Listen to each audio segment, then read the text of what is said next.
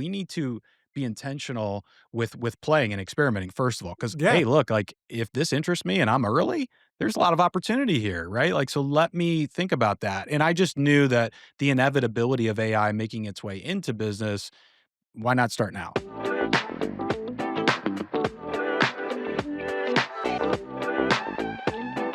Hey, I'm Brett Singer from Bottle Rocket Media. Welcome to the Founding Podcast. With me today is Drew Brucker.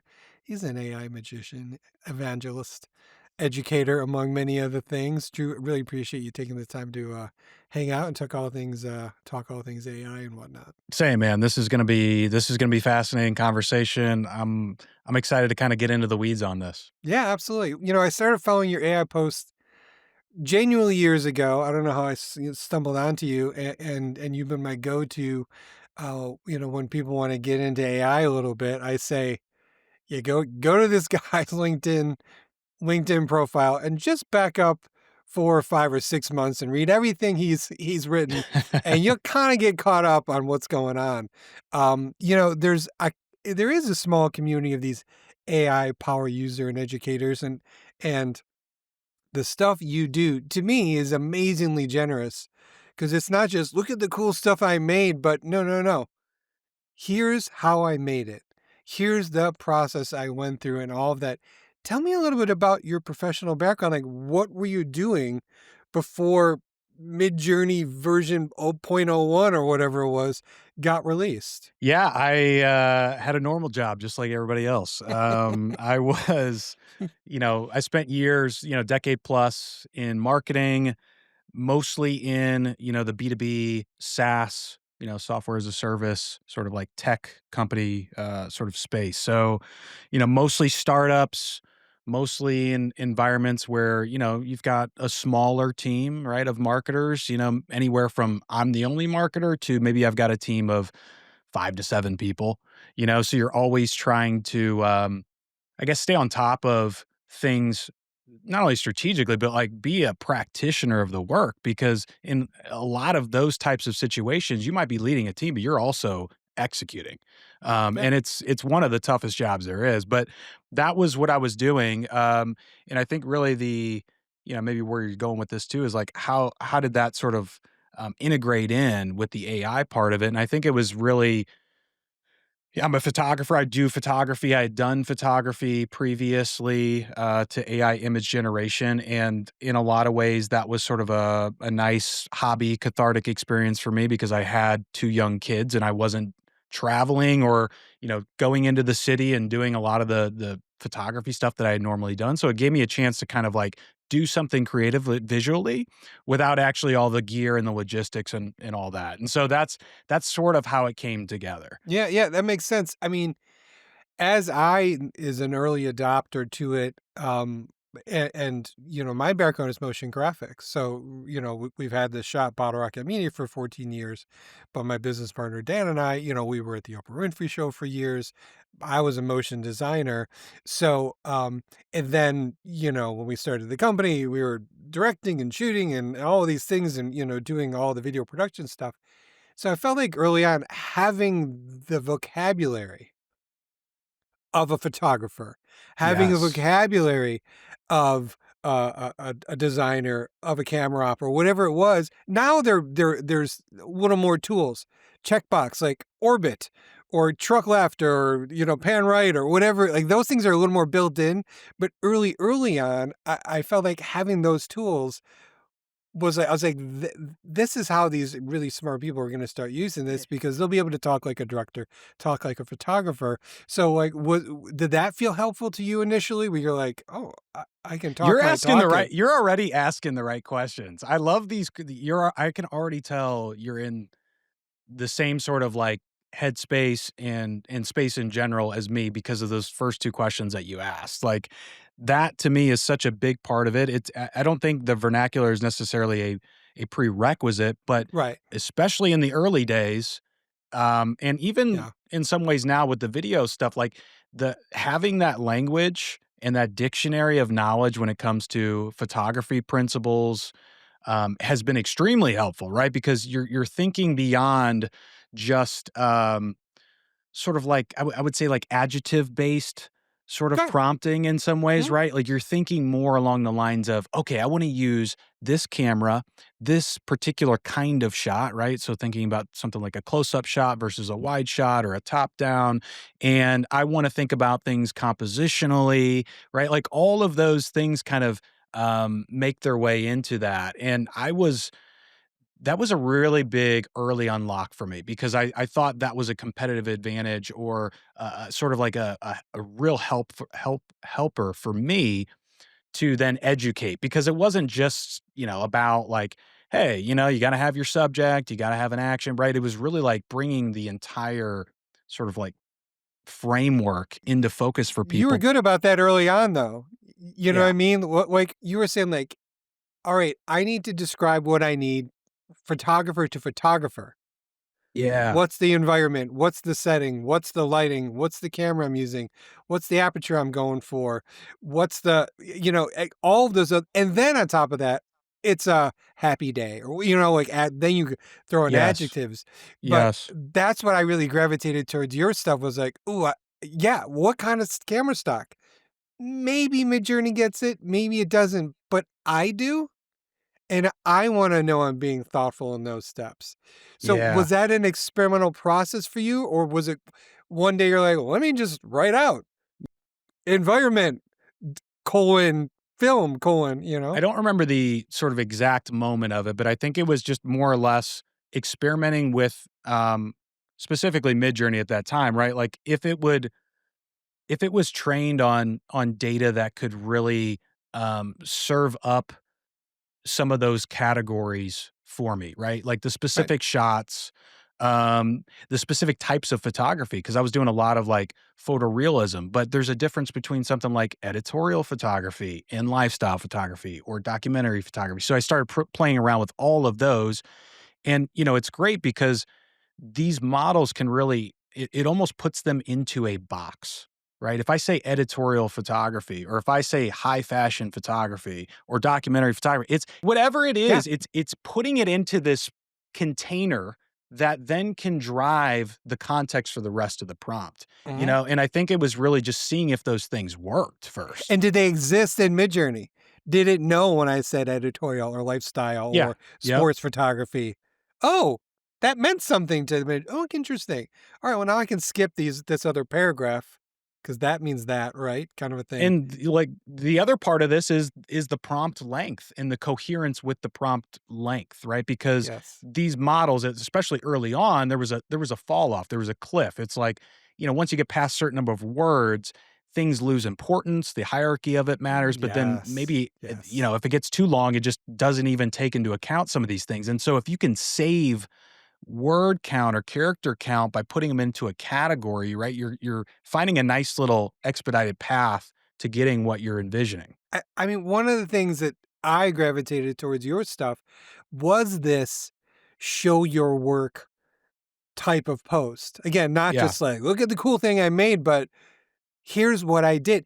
Before AI, had that been part of your social media presence of showing your work kind of stuff? Or, when did that get unlocked? Like, I feel like that was a really specific thing that you were doing. Yeah, that's also a really great observation because that was really one of the core ingredients to what drove a lot of that success, by posting that kind of content on LinkedIn.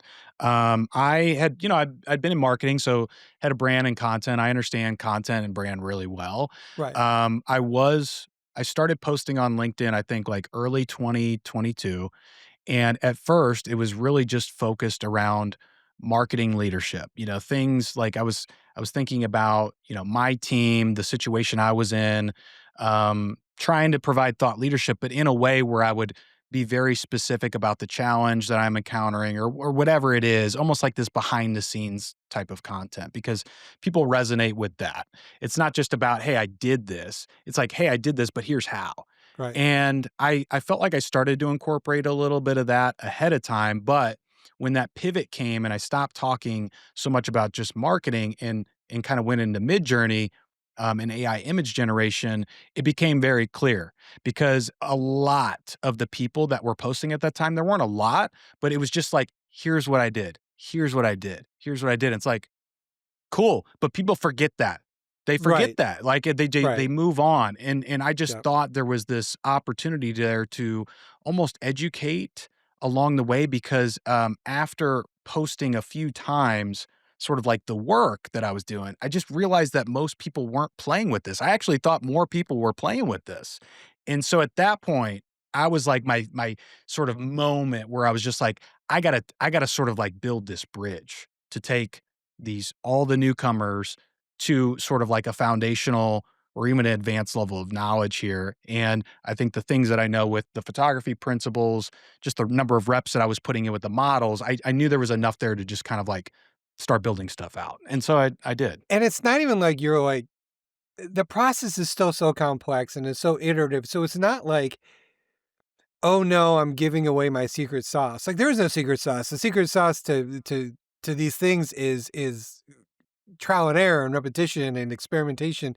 and Great structure, point. all these things. So even if you're like, here's exactly what I did, and somebody typed in those exact prompts, they kind of wouldn't get the same results because there was an iterative process between step 3 and 4 and So 5 that you true. had to figure out. So it's like, here are some tools, and it's going to take your personal creative mojo, whatever that is, to guide it in your direction. So it's like, I feel like oftentimes there's just a fear of like, well, protecting what I did. It's It's like, great point. who cares? Ideas are a dime a Yeah, I dozen. mean, you can but even then, even if you give it away, how many people are gonna actually apply it, right? It's just like, if you were to So go few. through our saved folders on any Yes. social platform or screenshots It's or like even our saving browser, recipes.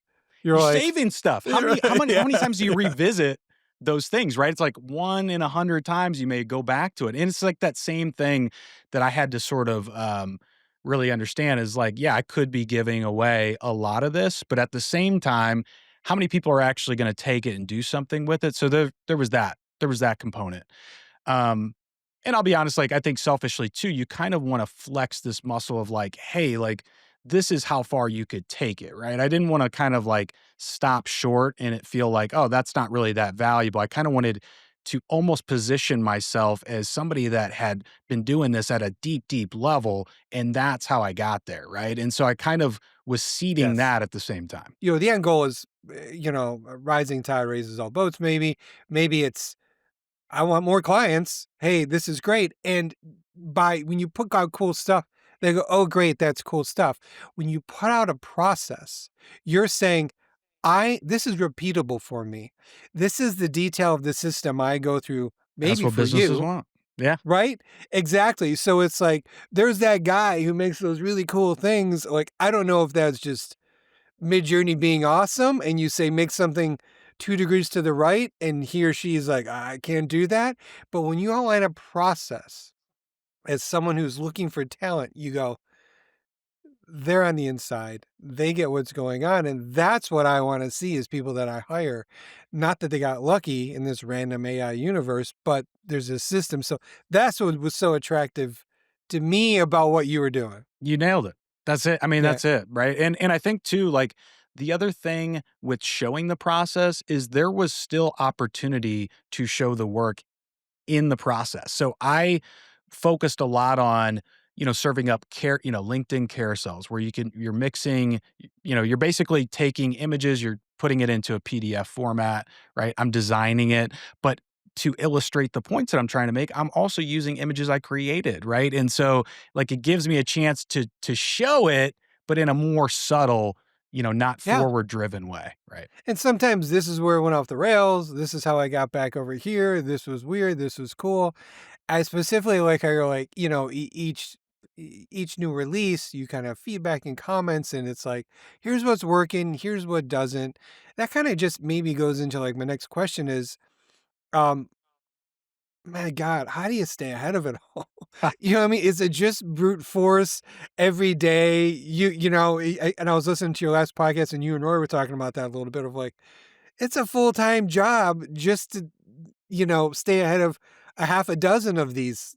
platforms you're on. What do you know, is it you alone? Just something comes up and you have a kind of a course of stuff you bang through? Is it you and Rory? Is it other people you know, like, is it all of it? You know, how you staying on Yeah, there? I it's a question that I think a lot of people have, and it's a great one. I'll be honest, like I don't have it all figured out. I don't think anybody does, right? Because, No.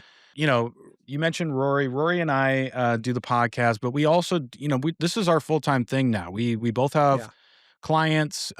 We do the work, but we also have to stay on top of it. And that's right, that's being in that boat, and let alone being in-house somewhere where maybe AI is a part of your job, but it's not your entire job, right? And so it's Yeah. just like that becomes infinitely harder. I think a lot of it is being immersed in the right information from the right people, so in the right places. So however you like to consume content. Some people like newsletters. I think X is an infinitely valuable place for this stuff. There is a Mhm. really, really good and forward thinking community there. And so anytime I'm on there, right, I'm surrounding myself like almost surround sound with Yeah. what's happening in the latest form. I don't really have to dig through it myself. It's already curated in my feed. So Right, then yeah. it comes down to how do I want to sort of like compartmentalize that and what does that mean to me? Like this specific example or this specific tool. Yeah. And, the ones that I feel like are close, right? That's where I then become a little bit more curious and spend a little bit more time with firsthand experimentation and trying to get a grasp on those things. So you can't be, this expert or keep on top of every single thing. It's just not possible, right? But Yeah. um that is a great way to do it. The other way to do it is to focus on one tool at a time. The problem with that though is you don't know if you pick the right horse because things are changing so fast. Right. And I Yes, just got yes. lucky with Midjourney. Midjourney's still around and still doing great, but it could have been Stable Diffusion. There were people that were talking about Stable Diffusion and arguing with me that was better than Midjourney at that time, right? And it's just like picking the right horse, so I think like there's this level of being a little bit tool agnostic and then thinking a little bit more about what this means for me. How would I apply this? What is sort of like this, operationalized execution that feels especially relevant for what I'm working on? Yeah, and something you do also particularly well is you're rarely using one platform. You know, when you're showing projects, you're and I started here and I bounced over here and I did this and I did that. I can't imagine, any actual project you're doing for a client, whether it be still imagery or video, that start and stops with one platform. That's another great point. These tools are so fragmented right now. I mean, they've Yeah. gotten better in this space because competition has been so saturated where now they've had to almost pick, specific lanes as to what we're gonna be. Like Right. Kriya is a great example of that. Kriya originally started out as this like real time, sort of drawing to image platform, and shortly after that, it pivoted into almost like this tool aggregator where you didn't need Mhm. a subscription to 10 different tools because it had all 10 of those tools in Kriya, right? Right. And so there Right. was that aggregator push. Now there's this node push, this node-based I push. was gonna say, like, Florifana is pretty slick, and Like stuff like that force people to pick lanes. yeah, and in that way, you're constantly exposed to these other tools, and oh, let me, try that. Oh, that is a different result. So yeah, I think, and even the new Adobe stuff that has all of the different, stuff embedded into it. It's it's smart because everyone's saying like, even within those platforms saying like, we're not everything. We should present all of these other options. Um, as a guy that runs a video production company, I really am constantly struggling to keep my team interested in new tools. I remember a presentation I did 2 years ago where I did it, live with the team, and it was a scripting exercise. Like, no one had seen ChatGPT, and I said, let's go through this exercise, and right there live, and I'm like, I took this thing and I took a brief from a client, and then I linked 4 pages of press releases and I combined them, and I said, write a script a 3-column script for this video, 90 seconds, and have a little bit of humor, and then and then all, video, audio, and Yeah. graphics, and it was and I literally had to, like, show them, like, "Now listen, the script's not great, but it's a starting point for us to rewrite. It's a Yeah. starting point for us to mess around," and so I had to physically put it in front of him and show him, you know, what how are you encouraging the people around you, or how are maybe, all of these companies you're working with, how do you get people in the door? How should I be Yeah.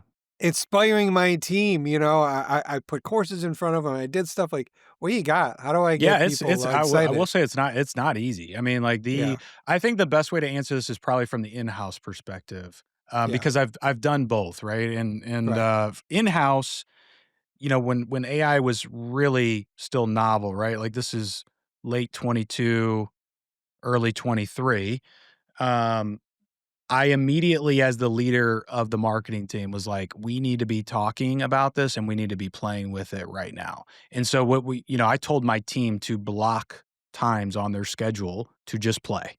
I know that, you could get eye rolls for that, but let's be honest, man. I mean, so many of these other meetings that we're in, probably could have been an email, probably could have been a Right, Slack, right. probably could have Yeah. never been any of the above. If Like, I could not probably could happen. have just, yeah. So Yeah. so I instantly was just like, "Hey, we need to be intentional with playing and experimenting," first of all, because I had already, I don't know, just instinctively knew this felt like the biggest thing that was gonna happen in our lifetime since I remember sitting at, a computer when I was 5 or 6 years old in my house and just, like, hearing the AOL dial up, and Yeah. just having access to that. And, that's one thing to go through it when you're a kid. It's another to go through it when you're professional and you've got a career and hey, look, like, if this interests me and I'm early, there's a lot of opportunity here, right? Like, so let me think about that. And I just knew that the inevitability of AI making its way into business, why not start now? So it was like, first of all, setting intentional Yeah. space and permission with my team that, hey, let's play with this. The other part of that was, kind of to your point, it's almost like maybe there are specific little projects or little collaborative opportunities that exist. But I think the Yes. key is just de-risking curiosity in general. A lot of people think they can't be curious when, they've got a million other things to do in their job. But I always thought that, like, between meetings and between executing things, like, I'm always thinking about the curiosity factor. Like, do I know how to do this? Like, because this could unlock some things for us. Or am I asking the right questions about this? Because this could, completely change our strategy for Q3.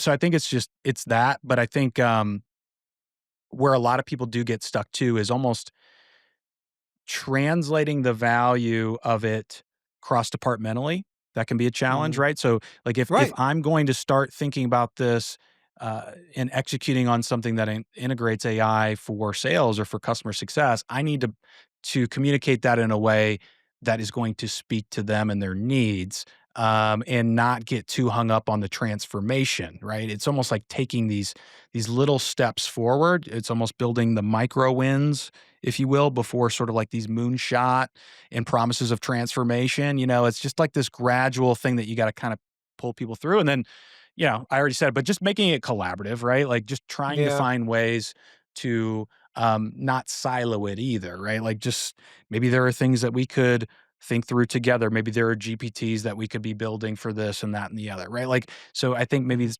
incentivization, like stuff like that comes into play. Yeah, early on, or about a year ago, we kinda tasked somebody with kinda writing a weekly AI report. "Hey, we want you to spend a little bit of time poking around." Yeah. And the guy we asked, he said, "I gotta tell you, I'm really don't like AI. I really have a lot of questions about it. I'm really scared of it." And I say, Yeah. "Perfect. You're the guy for the You're job." the guy. 'Cause you know what I mean? That was my response, was like, "Great. Good. Be skeptical. Like, tell us." And so he was doing stuff and trying tools and being very skeptical. And I'm like, I love it, and he's since gone, and we have another guy who kind of generates a weekly report for us. And yeah, there's a lot of please go play, or, you know, if you use this tool, you're going to steal back an hour of time where you can be more creative, or this is going to get to the other thing. So Yeah, there's not one way to do it, and certainly in a creative business like ours and yours, it's not just isolated to, visual tools. Like I said, scripting and this and that, we had a project where we shot 100 documentary videos in a year, generated like Jesus. 140, I don't know, it was bananas, like Wow. 140 interviews. And then, but then from those, we wanted to create compilation. So each one had their own focused on a retailer, so small retailer story.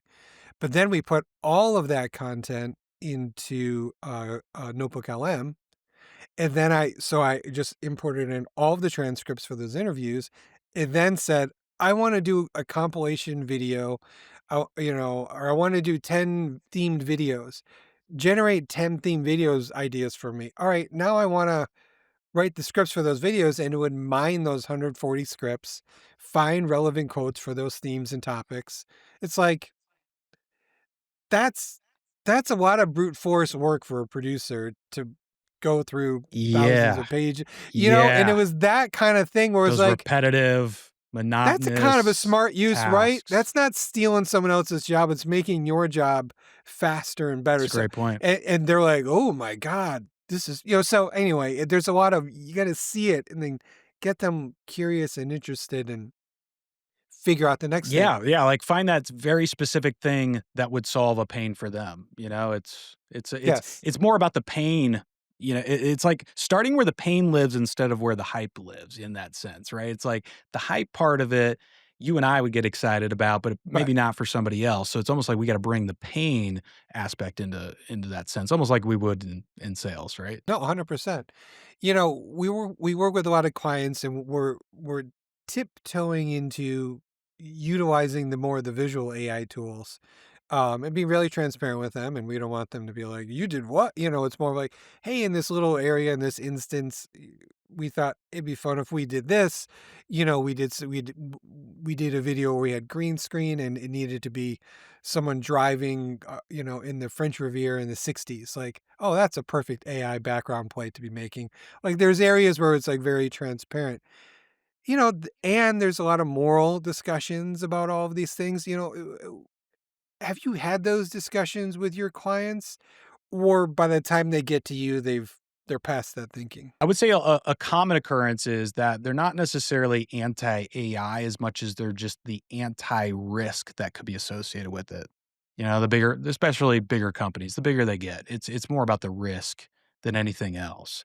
And what I mean by risk is there's just a lot of things that aren't clear, right? Like the regulations are so far behind the technology. I mean, no one really knows what we're doing. And I think, there was a lot of things early on where it was like, well, these models, what are they trained on, right? It's like Right.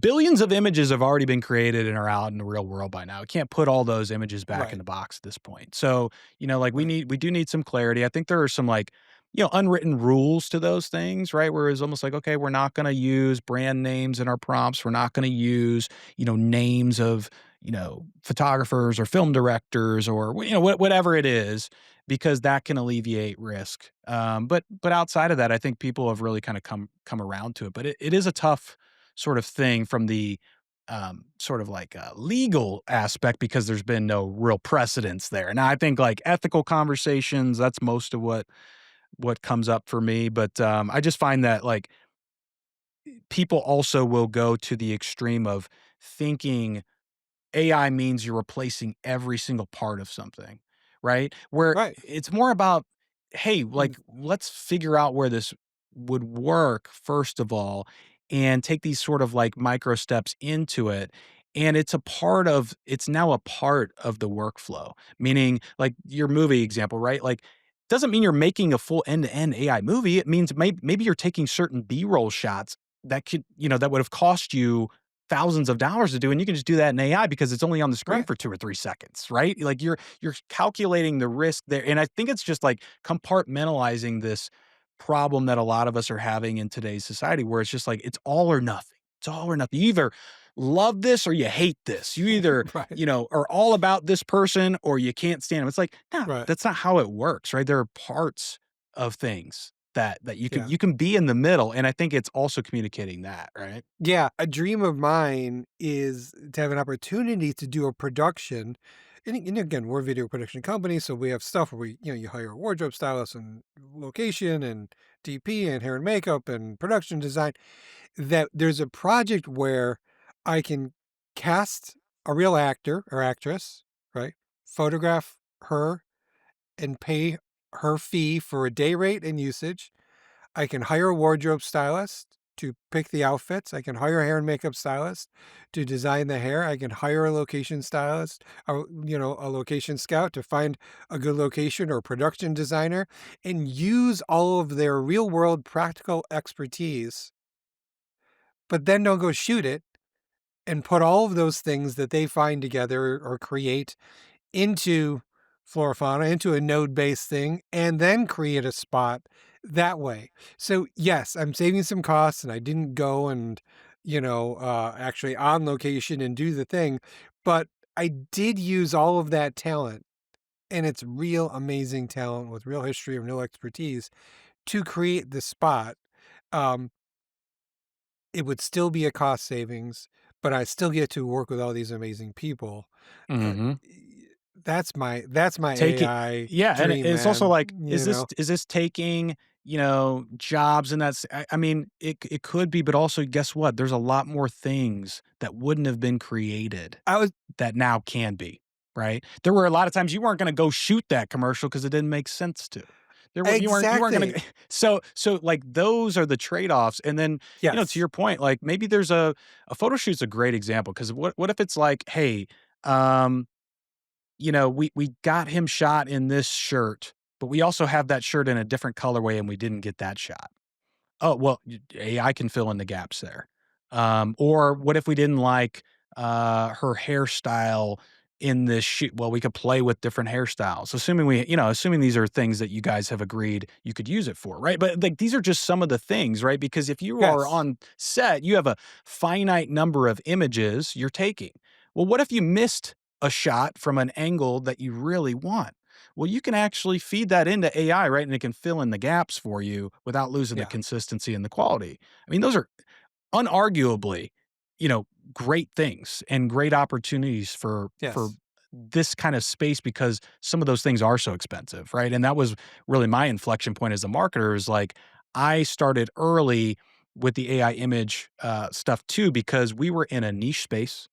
There was no stock photography of this space, and what was there was just disjointed, different colors, right? You couldn't possibly build a brand visually with stock photography, and then also, I didn't have this large budget to just go around and hire a photographer, do the logistic Right. like, I had to think about those things, right? Yeah. And now I could start to kind of bring into the fold, okay, well, again, assuming you wanna do photorealistic stuff, right? I could build out a custom brand library using my brand's color palette in locations that, basically are just limited by my imagination and get all of the things that I want to get shot at the right lighting, at the right, sort of angle, whatever it is to tell the story. And I just thought as a creative person, like that was such the inflection point for me as both creating it, but as the marketer, I was just like, this is a very common problem for every marketer in startup space. And so that was really like Yeah. one of those moments where I was like, something's here and it started to get me to question, like my career path after that because it was just like, this is really like white space and I'm Yeah. passionate about it. Well, talk to me about your business. What have you built? What do your client engagements look like? Who are you working with? How are they finding you? Yeah, I would say, first of all, that was going back to that LinkedIn piece that we were talking about.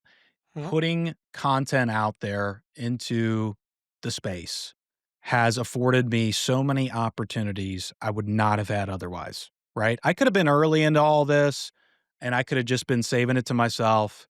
And guess what? I would have to be doing outbound to any client I could probably, I could have. I've never had to do outbound. Everything has come inbound to me, which is if that's not a proof point, I don't know what is. But it's like because I'm already sharing the things that I wanna share or I have the time to share, and so that can help shape and mold what people think I do and can bring to the table, and, Yeah, I mean, clients. I've had the opportunity to work with both big and small clients. Now it's a lot more bigger companies. You know, Pinterest, Meta, Marriott, Brooklyn Nets. You know, like these are companies that I've either worked with in It's the past or incredible. currently work for, and then I've done some of these smaller companies that no one's ever heard of early on. You know that were brave enough to want to pursue sort of like what this means for them and how they can integrate it. And so um, yeah, it's how I can help them though is really, I would say, the hard part because there are so many different ways. I would say like mostly it comes down to 3 buckets. It's probably either consulting, right? So helping sort of like inform the team, guide the team, keep them up to date with these changes, what it means for them specifically, right? Like more of that go to market integration. It could be just training and upskilling, right? I did that really early on at an individual level, and then I did enough of those where it started to get like small teams and medium-sized teams, and then now it's at a Mhm, level where I do that for some clients, for departments, right? And just upskilling, training. And then, the other part of it is just like creative projects. I still love to create. And so, the ability to scratch that itch too, right? Where it's mhm. like, hey, look, like these are the constraints. This is a particular campaign that we're working on. We need X number of images. This is the theme, right? Like this is the audience, blah, blah, blah, blah, blah.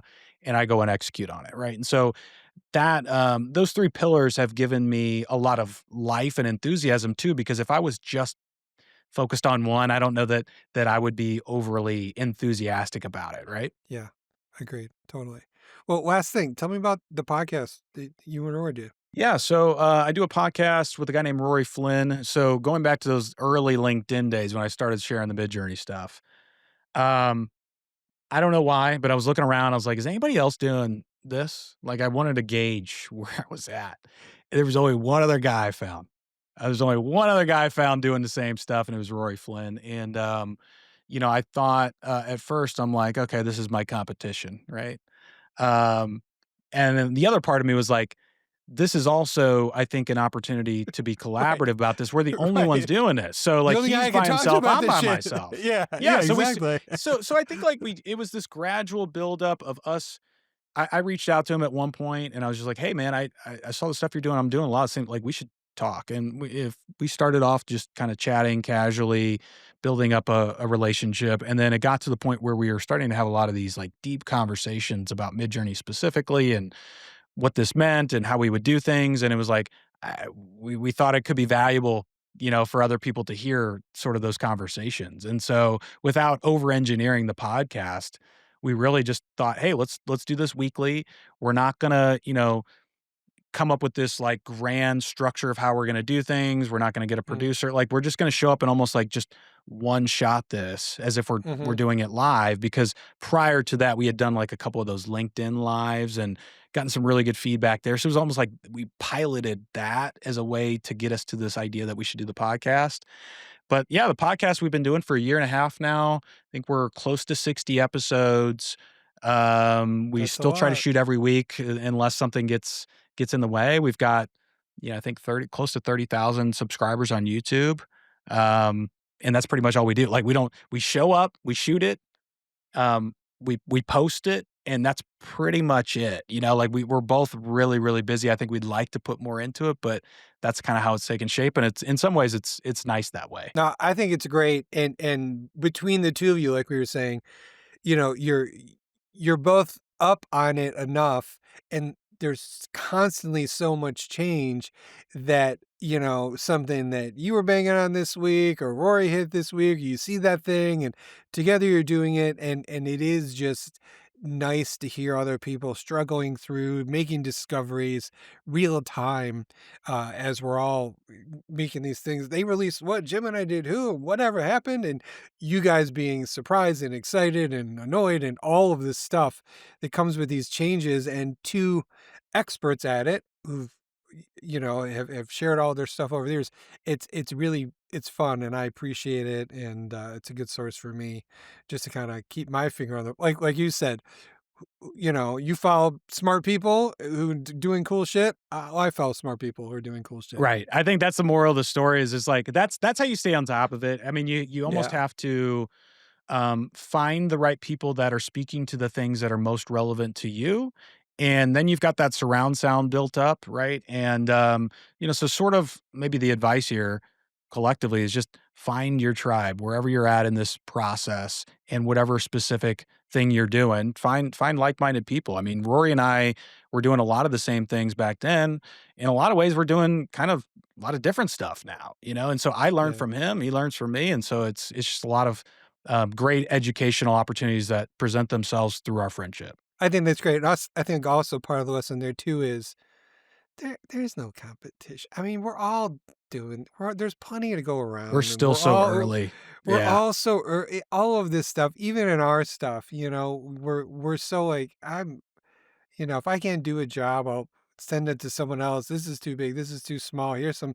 I'm constantly totally. referring stuff Dude, because it's like, dude, 100%. come on. You know what I 100%, mean? Like 100%. I'm never like, ugh, if it's not right for me, I know someone else is getting it or doing it, so I'm subscribed to that of like, there's no secret sauce. You got to go do the work. There's plenty to go around. So I appreciate you being like, this guy might come. Wait a minute, he's the only guy that gets what I'm going through.